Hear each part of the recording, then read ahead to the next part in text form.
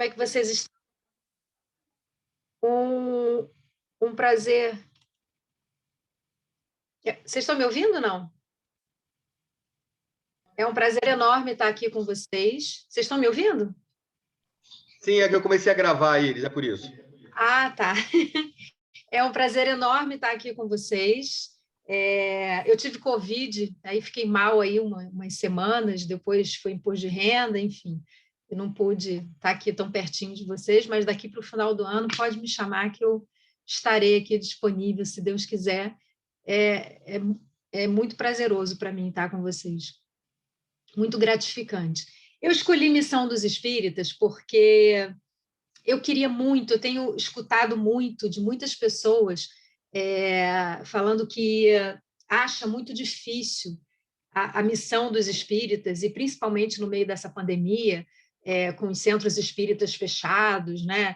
Tem pouquíssimos centros abertos, e que acha muito difícil, com as nossas dificuldades, com tudo que a gente vem passando, porque a verdade é que a gente está triste, a gente está exausto, a gente está deprimido, né? E às vezes a pessoa fica assim, poxa, mas eu não consigo nem dar força para ninguém, porque eu não estou conseguindo ter força, né? Eu tenho tido muita dificuldade, às vezes, até de dar uma palavra amiga, de fazer uma oração. Tem gente que chega para mim e diz que está tendo dificuldade de fazer uma oração, e que a falta do centro espírita é muito grande, né, para essas pessoas, que a falta da energia, do contato humano, principalmente da energia da casa, né? Porque a gente sabe que a gente faz o culto no lar, a gente faz a reunião em casa, mas não é a mesma coisa. A gente não tem ali todo aquele preparo da espiritualidade, né? Que a casa, aquela sustentação espiritual que a gente sente quando entra. Às vezes a gente entra no centro espírita, quantas vezes eu venho naquele trânsito, aí já chego esbaforida, olhando para aquelas empadinhas, aí entro naquele salão ali da, da aliança, aquela coisa que nos acalma, né? Que já faz a gente, caramba, esquece lá de fora. Isso a gente não tem em casa.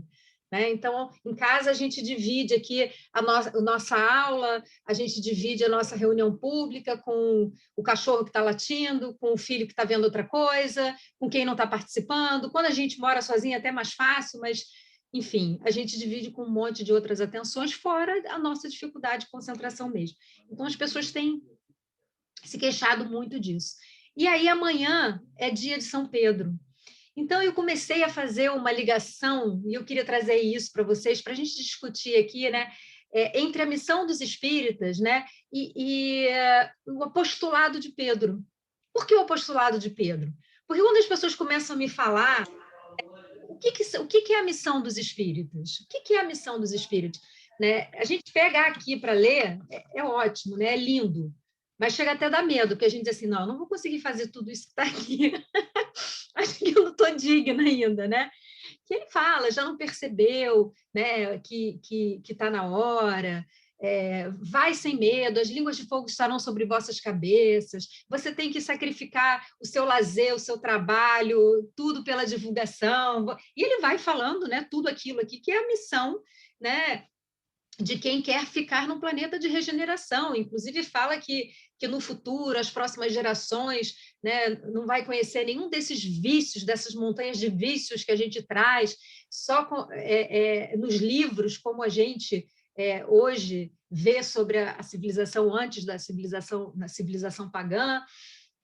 E isso gera em algumas pessoas, né, um sentimento de falência, eu acho, principalmente nesse momento, porque a pessoa fica assim, gente, eu não consigo fazer isso. Será que era isso mesmo? Então, vamos lá. Aqui no Evangelho, ele estava decodificando a doutrina. Era extremamente importante que a gente desenvolvesse, assim como os primeiros apóstolos do Cristo, que a gente desenvolvesse um trabalho muito sério para que a doutrina chegasse hoje para a gente. Mas mesmo na época do Cristo, eu costumo dizer assim, gente, Pedro é o meu apóstolo. Eu gosto muito de Jeremias como profeta, mas Pedro é o meu apóstolo. Por quê? Porque tem uma passagem de Mateus, se eu não me engano, no capítulo 15, no capítulo 16, versículo 15, né? Jesus estava perguntando, quem dizeis que eu sou? Estava lá uma discussão sobre quem Jesus era. Jesus já estava chamando a atenção deles, porque eles já estavam dizendo que estava acabando a comida. Ele falou, vocês esqueceram dos 5.000 pães e peixes que eu multipliquei, vocês vão continuar? Porque, você imagina, os discípulos estavam com ele, ele multiplica 5.000 pães, pega 3 pães lá, 3 peixes e multiplica em 5.000. E aí passa um tempo, eles começam a ficar aflitos porque a comida está acabando. Aí Jesus, gente, de novo isso? É que Jesus era muito paciente, né? Se é a gente, eu ia dizer, tá maluco? Pelo amor de Deus, de novo isso? Né? Vocês esqueceram, né, que há pouco tempo eu multipliquei, sim, vocês estão preocupados ainda com a comida? E aí começa, né, aquela discussão, e Jesus vendo que eles não estão prontos, né, e preocupado porque o ministério dele estava acabando e ele precisava deixar aqui um time unido, pronto para divulgar essa doutrina. Não podia dar errado, mas não dependia só dele. Jesus ia voltar para o plano espiritual e não podia dar errado. Aí o que acontece? Ele pergunta, gente, quem vocês acham que eu sou? Quem dizem que eu sou? E aí cada um fala, um dizem que você é o profeta Elias, o Jeremias, cada um fala uma coisa. E aí Pedro vira para ele e fala assim, tu é o Jesus, o Filho de Deus vivo. E aí Jesus olha para ele e fala assim, Pedro, bendito tu és, porque não foi a carne que te revelou isso, foi meu Pai que estás nos céus. Tu és pedra e é sobre ti que eu construirei a minha igreja. Isso lá por volta do versículo 15, 16, 17. Aí continua, conversa vai, conversa vem, está todo mundo falando, e Jesus começa a entrar em tudo aquilo que ia acontecer com ele. Fala sobre a possibilidade dele ser preso, a possibilidade dele ser morto. E aí, o que acontece com Pedro? Não, Senhor, não vai acontecer nada disso. Que isso não vai acontecer com o Senhor de jeito nenhum, Deus me livre, coitadinho do Senhor, não vai acontecer nada disso, não, pelo amor de Deus, vamos parar com essa conversa, vamos parar com isso. Aí Jesus olha para ele e fala, afasta de mim, Satanás. Então, a gente vê aqui que no versículo 15, Jesus diz que Pedro é pedra que vai consolidar a igreja. No versículo 22, ele é Satanás. E isso me inspira, porque somos nós, né? A gente é falível, a gente erra, a gente age pelo impulso, age pelo coração, age pela emoção. Quando eu pego as passagens que Jesus vai rezar no horto, ele leva Pedro, Tiago e João. E aí ele pede para os 3 ficarem acordados enquanto ele vai rezar. E olha que engraçado, né? Por que eu quero falar da missão dos espíritas? Porque a missão dos espíritas ela é muito próxima à missão dos médiuns, se é que vocês me entendem. Por quê? Porque os médiuns são os maiores divulgadores da doutrina espírita, né? Se não houvessem os médiuns, a gente não tinha como ter doutrina, né? Então, os médiuns, por que as pessoas se interessam, né? Por que Chico Xavier, Divaldo, né? Então, a mediunidade não é que ela é o mais importante, mas ela é o ponto, é o começo do interesse alheio. Quem nunca viu nada, recebe uma carta, recebe e falou, opa, tem alguma coisa aí, entre o céu e a terra, está rolando um movimento. Aí, ele leva 3 médiuns, e todas as vezes que Jesus queria fazer grandes obras, ele leva sempre os 3 médiuns. Ele sempre chama Tiago, sempre chama João, sempre chama Pedro, porque provavelmente eram os 3 médiuns mais fortes que ele tinha naquele momento. E aí ele fala assim, olha, não dorme que eu vou orar. Ele estava precisando do fluido dele, estava precisando da força, ele queria que ele ficasse ali em vigilância espiritual. E aí ele desce, tá os 3 dormindo. Aí ele acorda todo mundo e fala, pô, a primeira vez que eu estou precisando de vocês estão dormindo, é isso mesmo? Eu preciso de vocês acordados. Sobe e eles dormem de novo. E isso acontece por 3 vezes. Então, eu fico... E aí, quando você pega, assim, João achou, eles dormiram porque estavam cansados, estavam tristes. Mas Pedro já não se perdoou. Pedro não se perdoou porque ele era pedra. Ele era o discípulo mais velho, o discípulo que deveria, né, estar ali protegendo Jesus naquele momento. Então, quando a gente para pensar assim, caramba, Pedro escolhido por Jesus. Como é que Pedro foi escolhido por Jesus? Jesus está passando, olha para Pedro e fala assim, Pedro estava pescando, como é que faz essa pescaria aí? Tudo bem? Não pegamos nada não, estava ruim. Falou, então faz o seguinte, me empresta esse seu barco, porque o povo está querendo me ouvir e eu preciso ficar depois da margem.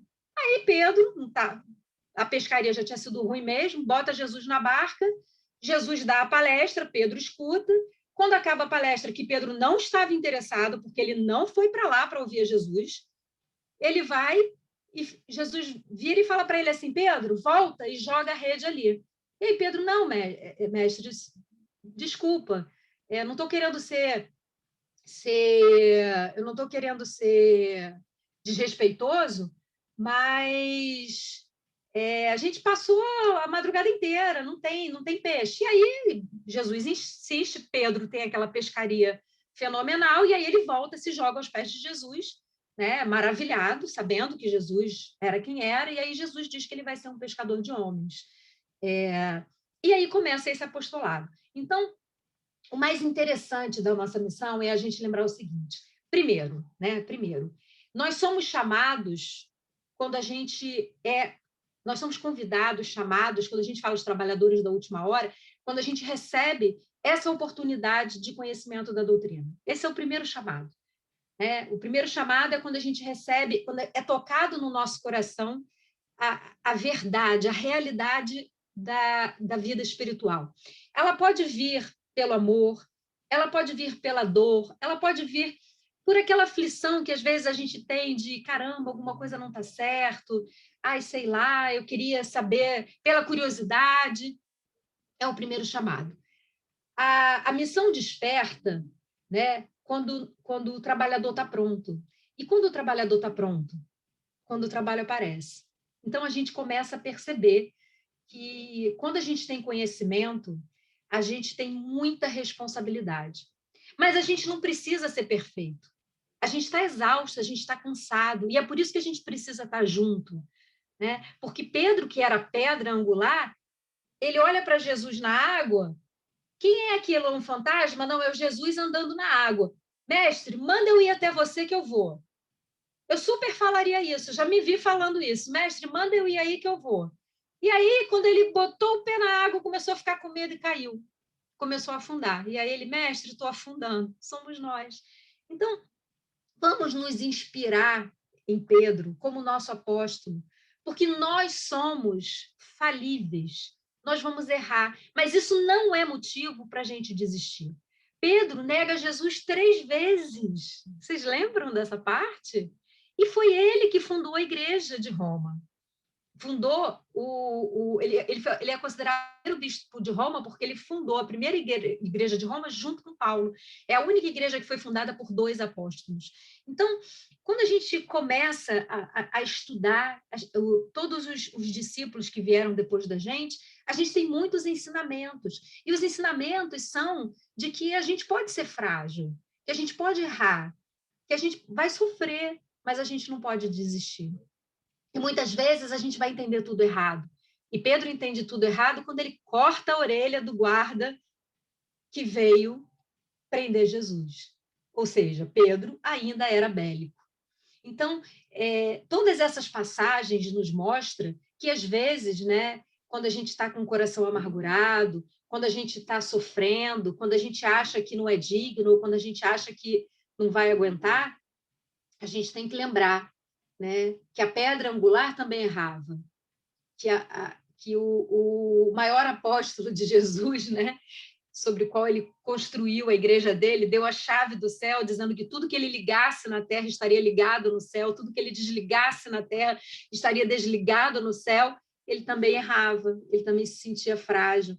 Então, vamos aproveitar esse momento como espíritas, né, e lembrar dessa missão que nós recebemos de socorrer, dessa missão que nós recebemos de ajudar, de socorrer os nossos irmãos,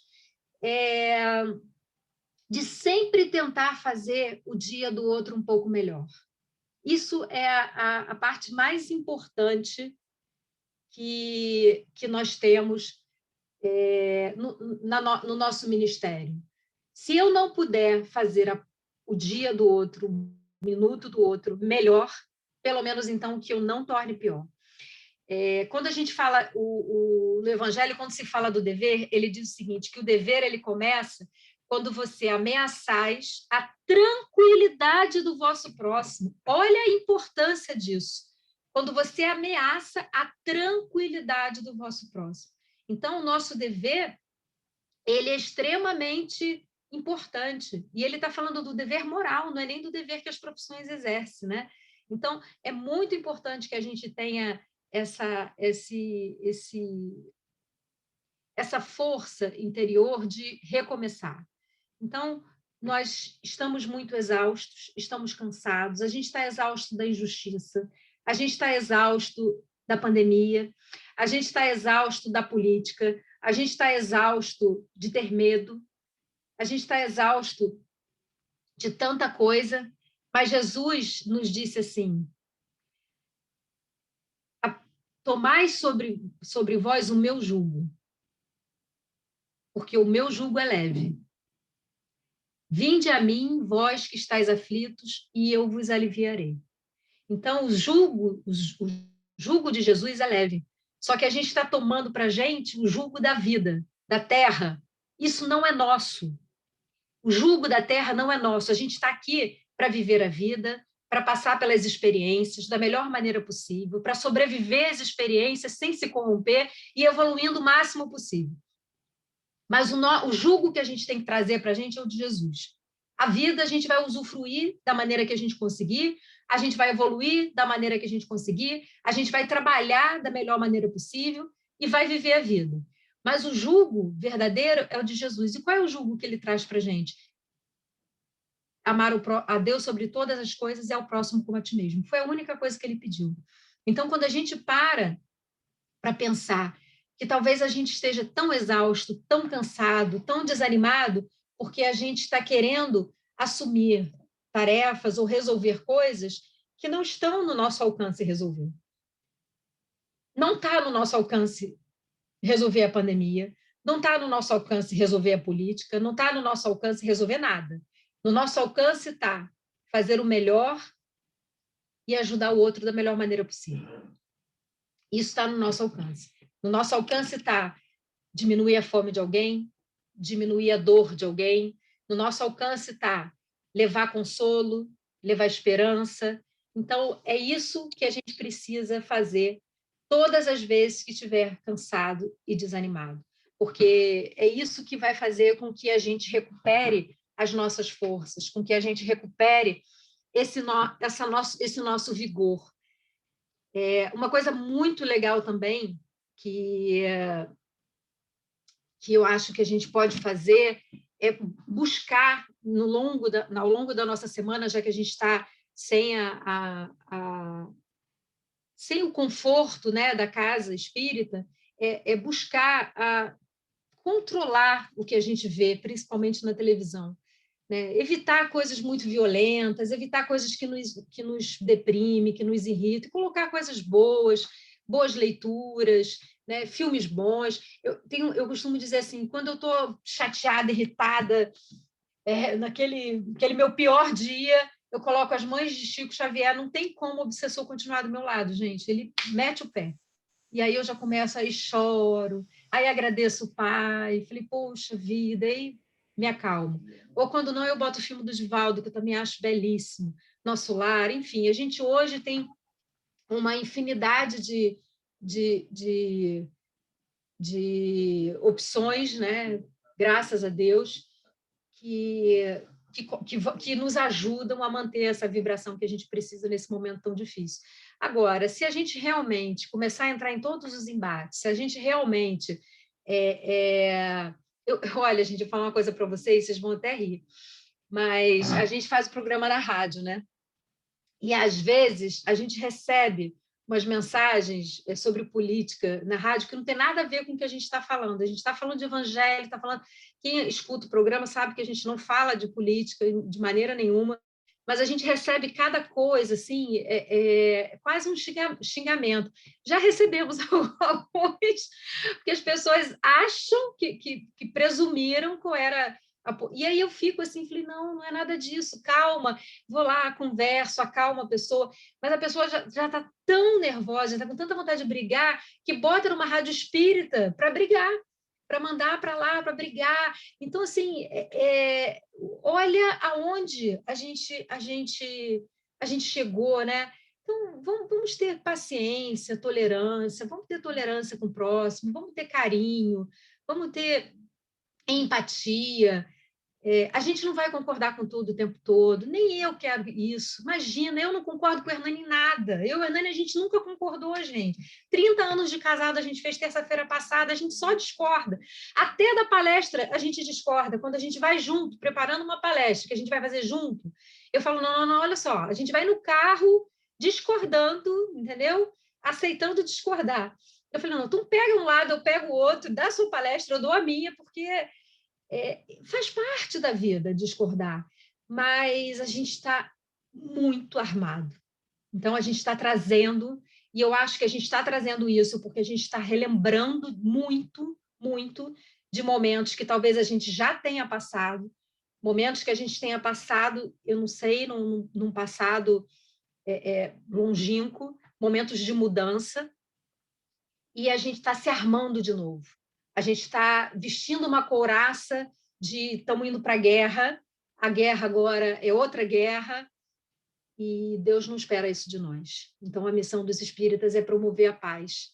Bem-aventurados pacificadores.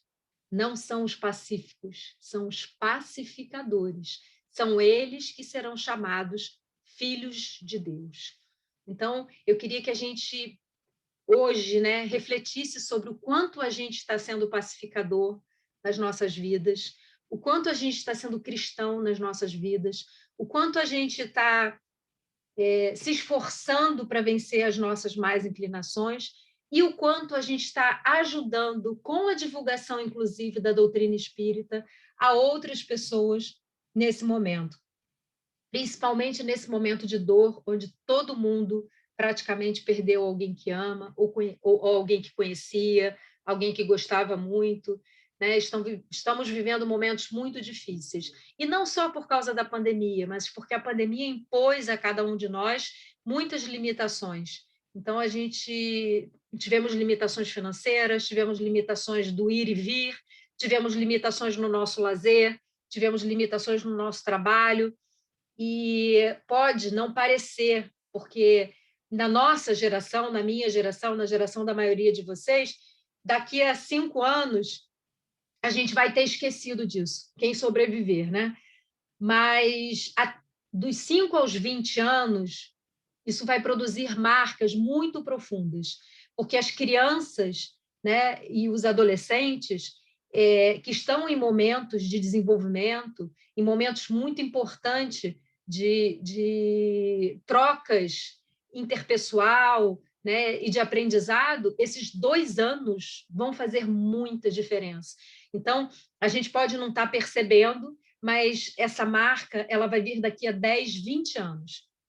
Ela vai aparecer em algum momento, não para a gente, porque perder 1 ano, 2 anos da nossa vida não vai fazer diferença no ponto que a gente está, mas no ponto do aprendizado crescente, alguma coisa está sendo roubado ali que vai trazer alguma coisa no futuro diferente, que eu ainda não sei, a gente não tem como prever, mas que com certeza em algum momento isso vai aparecer.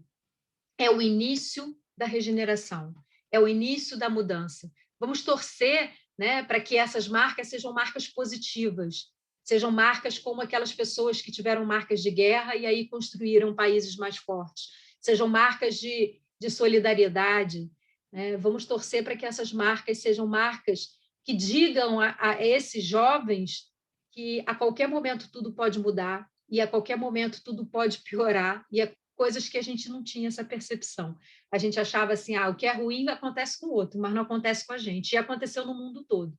Então, nesse momento, a gente começa a perceber o quanto a gente é frágil, o quanto a gente é pequeno, o quanto a gente é vulnerável, e, ao mesmo tempo, o quanto a gente é importante para a criação. Porque cada um de nós tem uma importância absurda nessa pandemia, cada um de nós tem uma importância absurda no resgate dos irmãos que estão desencarnando, no resgate, não no resgate, desculpa, mas no conforto dos irmãos que estão em coma, que estão entubados, que estão em coma induzido, e no conforto dos nossos irmãos que estão em depressão. Então, eu queria deixar essa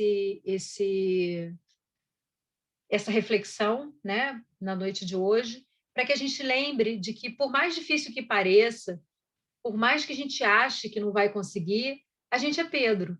A gente vai lá, nega Jesus, daqui a pouco a gente vai lá e luta por Jesus. A gente vai lá, dorme quando Jesus mandou a gente acordar, e daqui a pouco a gente vai lá e ajuda de novo. A gente não entende nada, daqui a pouco a gente vai lá e tenta de novo. E é isso que faz a gente ser tão importante para Deus. Por mais que a gente erre, porque a gente está em aprendizado, a gente está sempre tentando acertar. Então, se hoje eu fui e não perdoei, hoje eu fui lá no Facebook, botei lá meia dúzia de... Daqui a pouco eu vou lá e peço desculpa e apago, e não sei o quê, e vou tentar, vou pensar mais, vou... Se hoje eu estava naquele meu pior dia, eu vou parar, eu vou fazer uma oração, amanhã eu vou tentar falar com aquela pessoa, eu vou começar a fazer um trabalho de autoiluminação, lembrando que imagina quantas pessoas se arrependeram de não ter dito tudo o que queria, né? Porque de não ter se despedido, porque uma das coisas mais difíceis que a morte pelo Covid trouxe, na minha opinião, porque quando eu tive Covid eu percebi isso, foi a falta do contato físico. Eu sou uma pessoa muito carinhosa, o Hernani não subia nem o segundo andar, ele ficava aqui embaixo, me olhar pelo vidro, assim, entendeu? E você ficar 2 semanas com medo de passar para alguém e de contaminar alguém, e de alguém não ficar tão bem quanto você, porque eu particularmente estava bem, né? Tive alguns sintomas, mas estava bem, sabendo que aquilo podia matar alguém, uma coisa muito angustiante.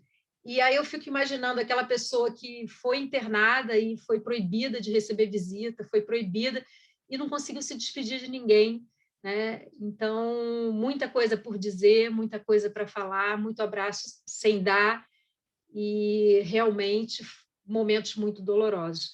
Então, vamos falar com todo mundo que a gente precisa.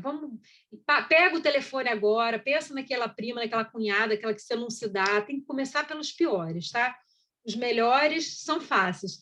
Começa, liga, fala, olha, vamos deixar isso para lá, vamos esquecer esse momento de... A gente não está no momento de continuar com as picuinhas, a gente está com um momento de esquecer as picuinhas. Eu acho que é essa a missão dos espíritas, é levar a paz, é ser pacificador nesse momento em que as pessoas estão se sentindo tão em guerra consigo mesmo, em guerra com seus corações, com seus sentimentos, em guerra com a sociedade, em guerra com o outro. Então, eu acho que é o momento da gente pacificar. Essa é a reflexão que eu queria deixar hoje, na noite de hoje, para todos vocês. Um beijo enorme no coração de vocês. Sarinha, cadê Sarinha? Era meia hora, né? Então a gente... Ah, foi ótimo, Iris. Foi muito bom, muito bom. Foi um excelente tema que você escolheu e realmente é um tema que nós estamos precisando demais, né? Infelizmente, nós precisamos ser mais pacificadores do que pacíficos, né? E é a hora de nós agirmos um pouco. É verdade, foi muito bom, foi excelente. Você faz oração para a gente, meu bem? Faço sim, faço sim. Então vamos lá. Amado Mestre Jesus, muito obrigado. Obrigado por estarmos reunidos em teu nome, buscando os teus lenitivos para acalmar os nossos corações aflitos. Sabemos, Mestre Jesus, que cada lar hoje tem uma aflição, porque estamos vivendo momentos muito difíceis. Rogamos a Ti, Mestre Jesus, que possamos trazer a Tua paz para os nossos corações, para os lares de todas as pessoas que estão nos assistindo, mas também para os lares de todas as pessoas. Sabemos, Mestre Jesus, que tudo isso é um marco, um momento, uma passagem, mas que vai trazer algumas marcas profundas, que nós não vamos perceber, mas que as futuras gerações vão perceber. Então, Mestre Jesus, que podemos como espíritas, que podemos como cristãos que somos, trabalhadores da Tua seara, atenuar as dores dos nossos irmãos, das mães que perdem seus filhos, dos filhos que perdem seus pais, seus avós, momentos de muita tristeza, mas eles estão vivos, estão no plano espiritual. A morte não existe e não tem nada mais consolador do que a doutrina espírita. E nós, que a língua de fogo esteja sobre as nossas cabeças, para que possamos dizer a todos esses que sofrem que aqueles a quem amamos estão vivos e que vamos nos reencontrar. Obrigado, Mestre Jesus, pelos teus ensinamentos, pela tua paz, pelo teu amor, pela tua bondade, por tudo, todas as bênçãos que derrama em nossas vidas. Que possamos continuar a semana inteira com essa tua paz e que nós possamos encontrar paz no lar de cada uma dessas pessoas. Que assim seja, graças a Deus.